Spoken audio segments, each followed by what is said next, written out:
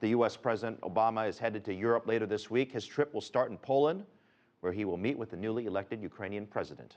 His next stop will be Brussels for a G7 meeting. Then there's the G8 that was supposed to meet in Russia a few months ago, but that was canceled. And Russia was suspended from the organization for its role in the Ukrainian crisis. Obama would then head to Paris. And from there, Normandy, France, where he and other world leaders, including President Putin, will mark the 70th anniversary of D-Day from World War II. Russia has extended a deadline for Ukraine to settle its gas bill. The Russian state company Gazprom has received a partial payment of close to $800 million. That is enough to prevent an interruption of supplies of gas to Ukraine. Jack Barton reports from Brussels. Ukraine's gas isn't about to be cut off just yet. At least not before the new deadline for full payment, which is now the 9th of June. The extension was given after Russia's Gazprom received partial payment on Ukraine's $3.5 billion outstanding energy bill. The EU's Energy Commissioner says a blueprint for an agreement was agreed between negotiators on Monday, which will now require further discussion in Kiev and Moscow.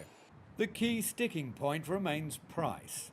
Since the ousting of former Ukrainian President Viktor Yanukovych, Russia has raised the price of gas exports to Ukraine by about 80%, which means the country now is expected to pay more for Russian gas than any other European nation.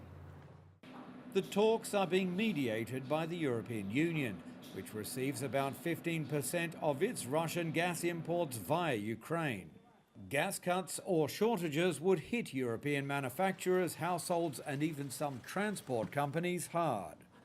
Herman Waldner believes his fleet of 1,000 gas and hybrid taxis in Berlin would be at risk if Russia turns off the taps.